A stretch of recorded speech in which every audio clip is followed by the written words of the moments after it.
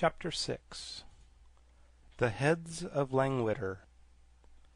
They walked slowly down the path between the rocks, Tik-Tok going first, Dorothy following him, and the yellow hen trotting along last of all.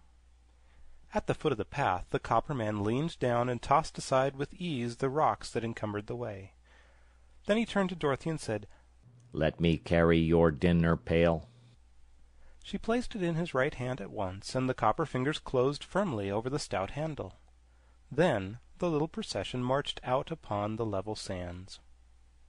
As soon as the three wheelers who were guarding the mound saw them, they began to shout their wild cries and rolled swiftly toward the little group, as if to capture them or bar their way. But when the foremost had approached near enough, Tik-Tok swung the tin dinner pail and struck the wheeler a sharp blow over its head with the queer weapon. Perhaps it did not hurt very much, but it made a great noise, and the wheeler uttered a howl and tumbled over upon its side. The next minute it scrambled to its wheels and rolled away as fast as it could go, screeching with fear at the same time. "I told you they were harmless," began Tik-Tok, but before he could say more, another wheeler was upon them. Crack went the dinner pail against its head, knocking its straw hat a dozen feet away, and that was enough for this wheeler also. It rolled away after the first one, and the third did not wait to be pounded with the pail, but joined its fellows as quickly as its wheels would whirl. The yellow hen gave a cackle of delight, and flying to a perch upon Tik-Tok's shoulder, she said, "Bravely done, my copper friend, and wisely thought of, too. Now we are free from those ugly creatures." But just then a large band of wheelers rolled from the forest, and relying upon their numbers to conquer, they advanced fiercely upon Tik-Tok. Dorothy grabbed Billina in her arms and held her tight, and the machine embraced the form of the little girl with his left arm, the better to protect her. Then the wheelers were upon them. Rattly, bang, bang went the dinner pail in every direction, and it made so much clatter, bumping against the heads of the wheelers, that they were much more frightened than hurt, and fled in a great panic. All that is, except their leader. This wheeler had stumbled against another and fallen flat upon his back, and before he could get his wheels under him to rise again, Tik-Tok had fastened his copper fingers into the neck of the gorgeous jacket of his foe and held him fast. "Tell your people to go away," commanded the machine. The leader of the wheelers hesitated to give this order, so Tik-Tok shook him as a terrier dog does a rat, until the wheeler's teeth rattled together with a noise like hailstones on a window-pane. Then, as soon as the creature could get its breath, it shouted to the others to roll away, which they immediately did. "Now," said Tik-Tok, "you shall come with us and tell me what I want to know." "You'll be sorry for treating me in this way," whined the wheeler. "I'm a terribly fierce person."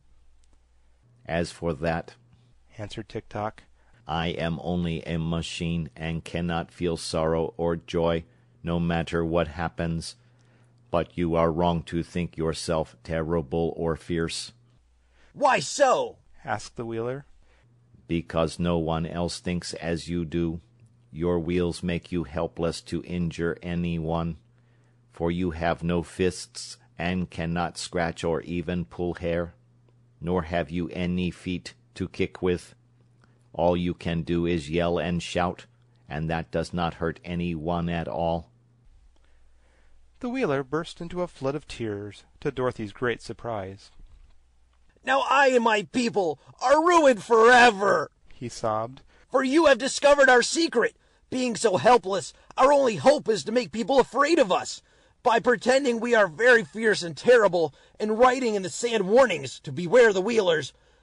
Until now, we have frightened everyone, but since you have discovered our weakness, our enemies will fall upon us and make us very miserable and unhappy." "Oh, no!" exclaimed Dorothy, who was sorry to see this beautifully dressed wheeler so miserable. Tik-Tok will keep your secret, and so will Billina and I. Only you must promise not to try and frighten children any more if they come near to you." "I won't. Indeed, I won't," promised the wheeler, ceasing to cry and becoming more cheerful. "I'm not really bad, you know, but we have to pretend to be terrible in order to prevent others from attacking us." "That is not exactly true," said Tik-Tok, starting to walk toward the path through the forest, and still holding fast to his prisoner, who rolled slowly along beside him. "You and your people are full of mischief, and like to bother those who fear you, and you are often impudent and disagreeable too. But if you will try to cure those faults, I will not tell any one how helpless you are." "I'll try, of course," replied the Wheeler eagerly. "And thank you, Mr. Tick-Tock, for your kindness." "I am only a machine," said Tick-Tock. "I cannot be kind any more than I can be sorry or glad. I can only do what I am wound up to do." "Are you wound up to keep my secret?" asked the Wheeler anxiously. "Yes, if you behave yourself. But tell me, who rules the land of Ev now?" asked the machine. "There is no ruler," was the answer. "because every member of the royal family is imprisoned by the Gnome King. But the Princess Langwidere, who is a niece of our late King Evaldo, lives in a part of the royal palace and takes as much money out of the royal treasury as she can spend. The Princess Langwidere is not exactly a ruler, you see, because she doesn't rule, but she is the nearest approach to a ruler we have at present." "I do not remember her," said Tick-Tock. "What does she look like?" "That I cannot say," replied the Wheeler. "although I have seen her 20 times, for the Princess Langwidere is a different person every time I see her. The only way her subjects can recognize her at all is by means of a beautiful ruby key which she always wears on a chain attached to her left wrist. When we see the key, we know we are beholding the princess." That is strange, said Dorothy in astonishment. "Do you mean to say that so many different princesses are one and the same person?" "Not exactly," answered the Wheeler. "There is, of course, but one princess, but she appears to us in many forms, which are all more or less beautiful." "She must be a witch," exclaimed the girl. "I do not think so," declared the Wheeler. "but there is some mystery connected with her, nevertheless. She is a very vain creature, and lives mostly in a room surrounded by mirrors, so that she can admire herself whichever way she looks." No one answered this speech because they had just passed out of the forest, and their attention was fixed upon the scene before them. A beautiful vale in which were many fruit trees and green fields, with pretty farmhouses scattered here and there, and broad, smooth roads that led in every direction. In the center of this lovely vale, about a mile from where our friends were standing, rose the tall spires of the royal palace, which glittered brightly against their background of blue sky. The palace was surrounded by charming grounds, full of flowers and shrubbery. Several tinkling fountains could be seen, and there were pleasant walks bordered by rows of white marble statuary. All of these details Dorothy was, of course, unable to notice or admire until they had advanced along the road to a position quite near to the palace, and she was still looking at the pretty sights when her little party entered the grounds and approached the big front door of the king's own apartments. To their disappointment, they found the door tightly closed. A sign was tacked to the panel which read as follows: "Owner absent.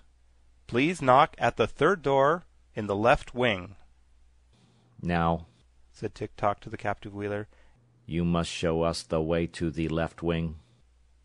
"Very well," agreed the prisoner. "It is around here, at the right." "How can the left wing be at the right?" demanded Dorothy, who feared the Wheeler was fooling them. "Because there used to be 3 wings, and 2 were torn down, so one on the right is the only one left. It is a trick of the Princess Langwidere to prevent visitors from annoying her."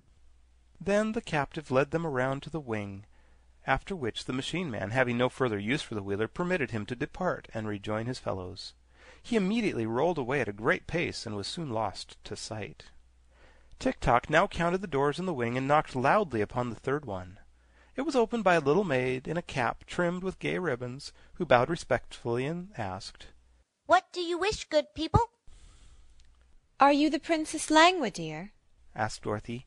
"No, miss. I'm her servant." replied the maid. "May I see the princess, please?" "I will tell her you are here, miss, and ask her to grant you an audience." said the maid. "Step in, please, and take a seat in the drawing room."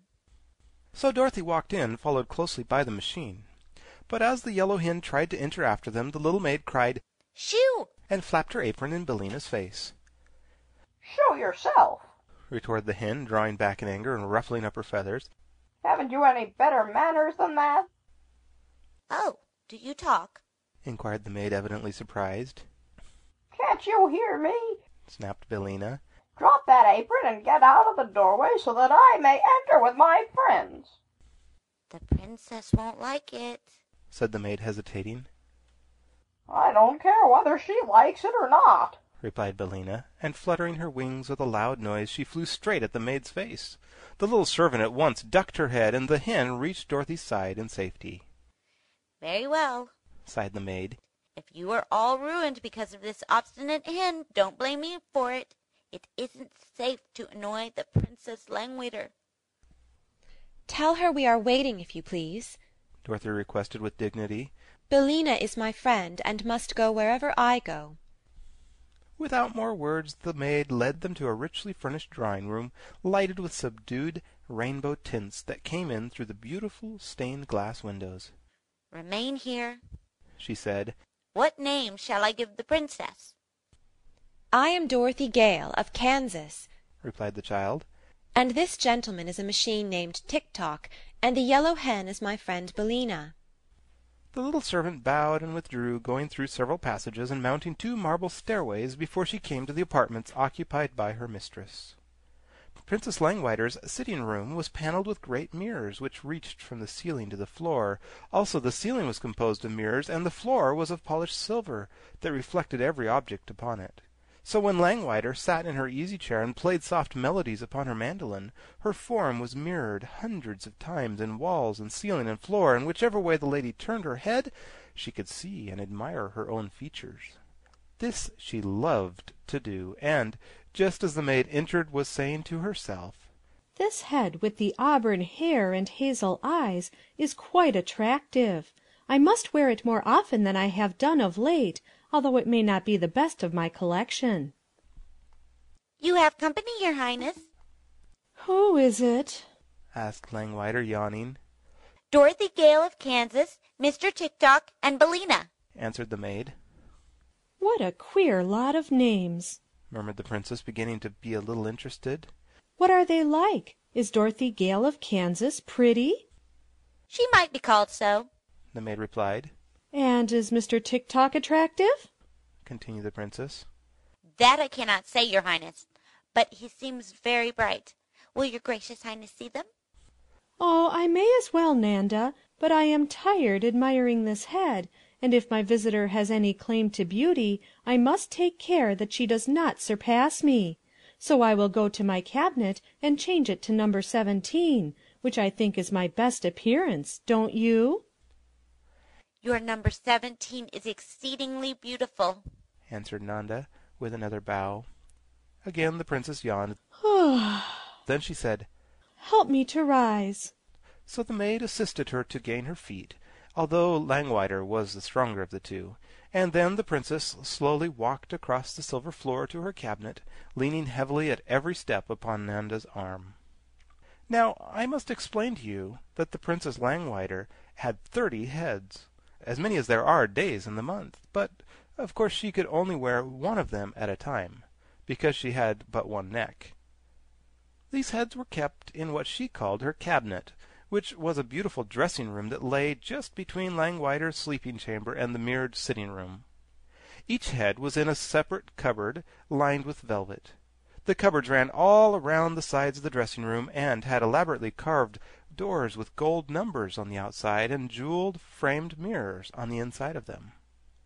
When the princess got out of her crystal bed in the morning, she went to her cabinet, opened one of the velvet-lined cupboards, and took the head it contained from its golden shelf. Then, by the aid of the mirror inside the open door, she put on the head as neat and straight as could be, and afterward called her maids to robe her for the day. She always wore a simple white costume that suited all the heads, for being able to change her face whenever she liked, the princess had no interest in wearing a variety of gowns, as have other ladies who are compelled to wear the same face constantly. Of course, the 30 heads were in great variety, no two formed alike, but all being of exceeding loveliness. There were heads with golden hair, brown hair, rich auburn hair, and black hair, but none with gray hair. The heads had eyes of blue, of gray, of hazel, of brown, and of black, but there were no red eyes among them, and all were bright and handsome. The noses were Grecian, Roman, retroussé, and oriental, representing all types of beauty, and the mouths were of assorted sizes and shapes, displaying pearly teeth when the head smiled. As for dimples, they appeared in cheeks and chins, wherever they might be most charming, and one or two heads had freckles upon the faces to contrast the better with the brilliancy of their complexions. One key unlocked all the velvet cupboards containing these treasures, a curious key carved from a single blood-red ruby, and this was fastened to a strong but slender chain which the princess wore around her left wrist. When Nanda had supported Langwidere to a position in front of cupboard number 17, the princess unlocked the door with her ruby key, and after handing head number 9, which she had been wearing, to the maid, she took number 17 from its shelf and fitted it to her neck. It had black hair and dark eyes and a lovely pearl and white complexion, and when Langwidere wore it she knew she was remarkably beautiful in appearance. There was only one trouble with number 17, the temper that went with it, and which was hidden somewhere under the glossy black hair, was fiery, harsh, and haughty in the extreme, and it often led the princess to do unpleasant things which she regretted when she came to wear her other heads. But she did not remember this today, and went to meet her guests in the drawing-room with a feeling of certainty that she would surprise them with her beauty. However, she was greatly disappointed to find that her visitors were merely a small girl in a gingham dress, a copper man that would only go when wound up, and a yellow hen that was sitting contentedly in Langwidere's best work-basket, where there was a china egg used for darning stockings. It may surprise you to learn that the princess ever does such a common thing as darn stockings, but if you will stop to think, you will realize that a princess is sure to wear holes in her stockings the same as other people, only it isn't considered quite polite to mention the matter. "Oh," said Langwidere, slightly lifting the nose of number 17. "I thought someone of importance had called." "Then you were right," declared Dorothy. "I'm a good deal of 'portance myself, and when Billina lays an egg she has the proudest cackle you ever heard. As for Tik-Tok, he's the—" "Stop! Stop!" commanded the princess, with an angry flash of her splendid eyes. "How dare you annoy me with your senseless chatter?" "Why, you horrid thing!" said Dorothy, who was not accustomed to being treated so rudely. The princess looked at her more closely. "Tell me," she resumed, "are you of royal blood?" "Better than that, ma'am," said Dorothy. "I came from Kansas." "Huh!" cried the princess scornfully. "You are a foolish child, and I cannot allow you to annoy me. Run away, you little goose, and bother someone else." Dorothy was so indignant that for a moment she could find no words to reply, but she rose from her chair and was about to leave the room when the princess, who had been scanning the girl's face, stopped her by saying more gently, "Come nearer to me." Dorothy obeyed without a thought of fear, and stood before the princess while Langwidere examined her face with careful attention. "You are rather attractive," said the lady presently. "Not at all beautiful, you understand, but you have a certain style of prettiness that is different from that of any of my 30 heads. So I believe I'll take your head and give you number 26 for it." "Well, I believe you won't," exclaimed Dorothy. "It will do you no good to refuse," continued the princess, "for I need your head for my collection, and in the land of Ev my will is law. I never have cared much for number 26, and you will find that it is very little worn. Besides, it will do you just as well as the one you're wearing, for all practical purposes." "I don't know anything about your number 26, and I don't want to," said Dorothy firmly. "I'm not used to taking cast-off things, so I'll just keep my own head." "You refuse?" cried the princess with a frown. "Of course I do," was the reply. "Then," said Langwidere, "I shall lock you up in a tower until you decide to obey me. Nanda," turning to her maid, "call my army." Nanda rang a silver bell, and at once a big fat colonel in a bright red uniform entered the room, followed by 10 lean soldiers, who all looked sad and discouraged, and saluted the princess in a very melancholy fashion. "Carry that girl to the North Tower and lock her up," cried the princess, pointing to Dorothy. To hear is to obey, answered the big red colonel, and caught the child by her arm. But at that moment Tik-Tok raised his dinner pail and pounded it so forcibly against the colonel's head that the big officer sat down upon the floor with a sudden bump, looking both dazed and very much astonished. "Help!" he shouted, and the 10 lean soldiers sprang to assist their leader. There was great excitement for the next few moments, and Tik-Tok had knocked down 7 of the army, who were sprawling in every direction upon the carpet, when suddenly the machine paused, with the dinner pail raised for another blow, and remained perfectly motionless. My action has run down, he called to Dorothy. Wind me up quick. She tried to obey, but the big colonel had by this time managed to get upon his feet again, so he grabbed fast hold of the girl, and she was helpless to escape. This is too bad, said the machine. I ought to have run 6 hours longer at least, but I suppose my long walk and my fight with the Wheelers may be run down faster than usual. Well, it can't be helped, said Dorothy with a sigh. "Will you exchange heads with me?" demanded the princess. No, indeed, cried Dorothy. "Then lock her up," said Langwidere to her soldiers, and they led Dorothy to a high tower at the north of the palace and locked her securely within. The soldiers afterward tried to lift Tik-Tok, but they found the machine so solid and heavy that they could not stir it, so they left him standing in the center of the drawing-room. "People will think I have a new statue," said Langwidere. "so it won't matter in the least, and Nanda can keep him well polished." "What shall we do with the hen?" asked the colonel, who had just discovered Billina in the work-basket. "Put her in the chicken house," answered the princess. "Some day I'll have her fried for breakfast." She looks rather tough, your highness, said Nanda doubtfully. That is a base slander, cried Billina, struggling frantically in the colonel's arms. But the breed of chickens I come from is said to be poison all princesses. "Then," remarked Langwidere, "I will not fry the hen, but keep her to lay eggs, and if she doesn't do her duty, I'll have her drowned in the horse trough." End